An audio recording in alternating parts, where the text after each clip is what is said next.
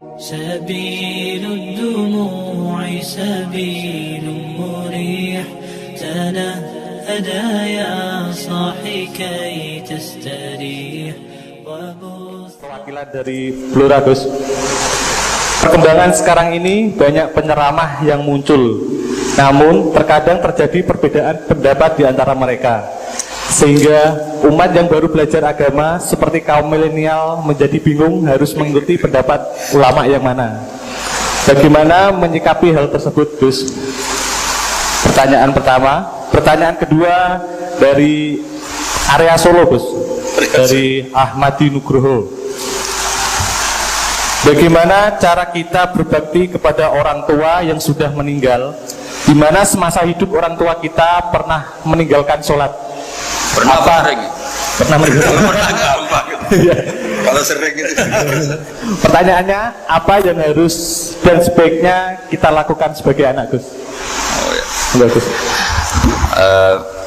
Yang ngaji di sini itu banyak ya, mulai yang nekuni bisnis apa saja lah, termasuk yang di Grab ya, termasuk Pak Polisi kadang yang ngaji terus ya nggak apa-apa. Dan semua saya itu termasuk kiai yang nggak pati suka ada pertanyaan, bukan karena apa ya, makanya tak batasi dua. Karena pertanyaan itu biasanya itu dipikir dari rumah, terus tema yang pokok itu gak pati di rumah, no, sementing kok iso takok. Iya, sehingga itu iya. Nah, ini nama-nama yang jada tanya, caranya pendapat jodoh kan ribet nanti itu. Makanya ya, tapi ya senang saya ada pertanyaan ya senang. Cuma kenapa saya tidak membuka terbuka, karena tema kita kan kiai ya, kiai itu kayak dokter, tahu misalnya saya tadi tema itu supaya orang itu tauhidnya kokoh karena zaman akhir itu yang paling mengkhawatirkan itu apa? Tauhid gitu. Tapi kalau tanya ini diberi hak, itu orang kan sudah punya pikiran sendiri mau ditanyakan, padahal itu subjektivitas dia. Sehingga tanya ya sudah sekadar, tapi ya nggak apa-apa, tetap saya senang, cuma nggak boleh banyak-banyak. Dua itu sudah kebanyakan. Yang kedua tak jawab serius. Ketika kita punya orang tua yang punya hutang, jadi yang dibahas Nabi itu hutang dulu. Itu karena hak adami. Hak adami itu tuntutan. Jadi kalau dalam kitab fikih itu ada istilah haqqu wa mabniun alal musamaha wa haqqul adami mabniun alal musyahah. Jadi kalau hak Allah itu Allah lebih rileks. Karena Allah itu tidak butuh disembah, tidak butuh dipuja-puja, Allah sudah terlalu besar. Al-Qayyum sudah besar sendiri, sehingga Allah itu mudah, ngabaikan haknya itu mudah. Tapi kalau hak adami, bawaan manusia itu kalau hartanya dibawa orang itu ingat terus, sehingga harus diselesaikan. Maka Nabi kalau mau mensolatkan danya, tanya punya utang enggak. Tapi kalau orang itu misalnya enggak sholat atau apa, itu Nabi masih ringan. Yang ditanyakan imannya.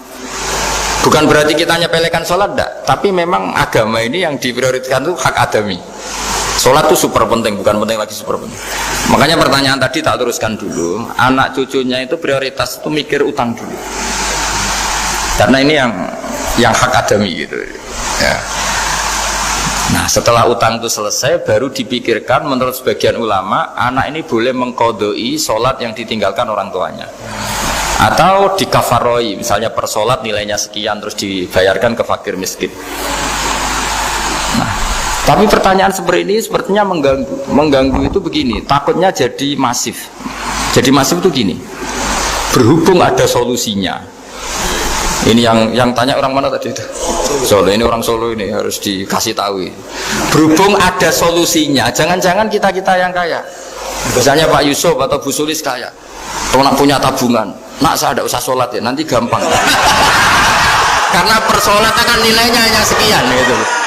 Umur saya kan paling tinggal berapa, itu cukup lah apa? Iya cukup untuk mengganti, itu kan ribet. Makanya solusi itu ya kadang tidak baik, karena nanti dipakai saya naik dewi. Makanya dulu itu terkenal ada guyonan, seorang kiai ditanya, ini guyonan nyata. Pak Kiai, katanya Kiai itu orang suci, tapi kadang-kadang kok maksiat juga. Si Kiai ini jawabnya ngawur sekali. Justru yang boleh maksiat tuh Kiai, kamu nggak boleh. Terus, kenapa Pak Kiai? Dia tahu caranya tobat, kamu nggak tahu. Jadi yang melanggar hukum itu kan yang pakar hukum, tahu itu, tahu ilmunya. Cara melanggar tapi nggak bisa dipidanakan. Punya penghapusnya Gus. Ya punya penghapusnya, itu kan ribet kan.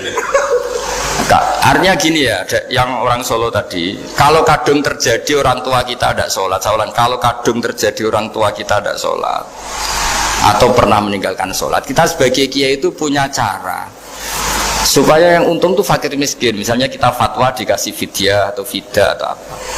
Tapi ini bukan cara yang jadi solusi, karena takutnya nanti jadi gerakan masif tadi. Gerakan tidak usah sholat diganti, ya itu kan ceribet jadi. Tapi kalau sampai ingin berbuat baik sama orang tua yang nggak pernah sholat, saran saya satu, hak adamnya selesaikan dulu, karena memang dalam syariat Islam nomor satu itu hak.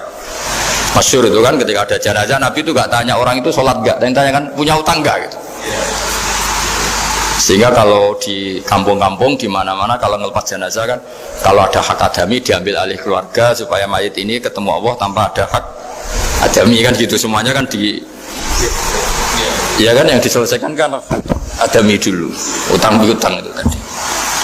Ya gitu ya, jadi tidak semua solusi itu baik karena takutnya tadi apa? Jadi gerakan tadi. Makanya kita jadi kiai sering bingung gitu karena mau gak fatwa itu ada yang tanya, mau fatwa takutnya tadi. Misalnya kita kan paling umurnya tinggal berapa, dihitung saja per sholat, terus bilang ke anaknya, nak saya tidak usah sholat, nanti ini aja bayarkan, kan jadi ribet. Nah, yang pertanyaan pertama tadi tentang apa? Tentang banyaknya ini Gus, penceramah pertama. Ah, menceramah. Itu agak provokatif. Beda itu ada dua, beda karena bodoh, itu memang harus kita tinggalkan. Yang beda karena bodoh. Ada beda karena rumus ilmu, itu harus kita hormati. Saya punya sekian bukti beda ya, kalau karena bodoh tentu kita tinggalkan. Tapi kalau karena rumus ilmu yang beda, misalnya gini, saya kiai yang lama di kota, saya akan lama kerja di Jogja. Mungkin perasaannya orang kota itu kalau ketemu tetangga, misalnya saya kiai, udahlah kalau ketemu tetangga itu gak usah tanya. Ya kalau ketemu biasa aja, tidak usah tanya, tidak usah ramah, biasa aja. Itu mungkin bagus nasihat itu di kota, karena kalau di kota itu ketemu tonggo takok badhe tempundi mau kemana itu ganggu privasi. Sehingga bagian dari kebaikan baik sama tetangga ya jangan tanya, karena itu ganggu apa? Privasi. Tapi kalau di kampung dianggap sombong kan nggak tanya. Nah hal-hal seperti ini itu perbedaan karena ilmu. Memang di kota kulturnya seperti itu, di kampung seperti ini. Nah itu bukan perbedaan karena kondisi muqtadul hal, memang kondisinya berbeda. Ya kondisinya apa? Berbeda. Misalnya saya sebagai kiai kan, bayangkan kiai itu suka lah ngaji ibadah. Terus kamu karena orang kota sukanya pizza, terus Gus kesini Gus saya naik makan pizza bareng, kan saya malah terganggu. Kamu niatnya hormat tapi ganggu karena, nah sehingga dulu sahabat, ini cerita sahabat, ada sahabat yang ditanya tabiin itu generasi setelah sahabat. Sifli wajah Rasulillah, tolong jelaskan ke kami wajah Rasulillah Shallallahu Alaihi Wasallam. Ini sahabatnya nangis. Oh maaf sekali, saya tuh gak pernah melihat wajahnya Nabi, meskipun saya berpuluh-puluh tahun jadi sahabat, juga gak pernah sowan Nabi.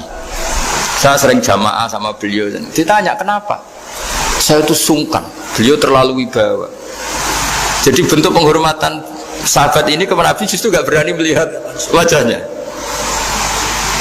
Dan bukti penghormatan pada Nabi, dia gak pernah sowan.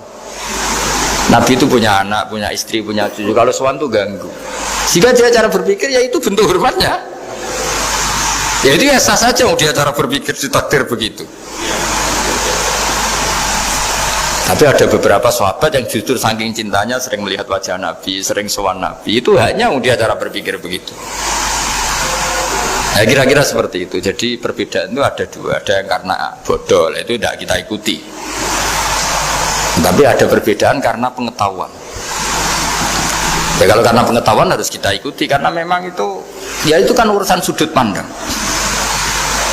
Dulu ketika Mekah dikuasai Sayyidina Umar, setelah Fathu Mekah dan Umar sudah kuat betul, itu banyak sahabat yang dulunya orang Mekah, itu sama Umar disuratin, cobalah kembali ke Mekah. Di Mekah itu kamu sholat di Masjid Haram sebagaimana 1000 sholat. Sekarang Mekah aman milik kamu, silahkan kembali ke Mekah. Tapi jawabnya sahabat itu nggak mau. Paling di Mekah hanya dapat pahala 1000 sholat. Tapi kalau mengislamkan orang di daerah-daerah pedalaman itu dakbul anbiya. Ciri khas Nabi itu yang membenarkan orang itu, bukan di satu tempat. Terus sampai nambah surat ini, wa alam anal ardo lam tuqaddis ahad, dan bumi itu tidak bisa loh mensucikan orang. Abu Lahab itu orang Mekah, Abu Jahal orang Mekah, tapi tetap begitu. Akhirnya jenis ini berpikir, ya sudah, agak di Mekah nggak apa-apa. Andai kan Mekah itu bisa mensucikan orang, nggak ada Abu Jahal, nggak ada Abu Lahab. Akhirnya para sahabat nggak kembali ke Mekah, tapi berkelana ke Syria, ke Sam. Akhirnya ada Islam di mana-mana. Tapi ada juga yang Mekah itu kota suci, harus diisi orang-orang suci supaya yang brengsek-brengsek nggak di sana. Ya sudah, cara berpikir begitu. Nah ini cerita ya. Jadi sudah, kalau perbedaan karena ilmu, ya sudah memang karena ilmu. Nah itu nggak apa-apa. Nah kalau sama tanya, lalu bedanya apa Gus? Yang beda karena ilmu, karena ya lihat saja, kalau dia orang pinter bacanya banyak, berarti bedanya karena ilmu. Tapi kalau nggak pinter kok berbeda, ya berarti karena tidak tahu. Ya kira-kira.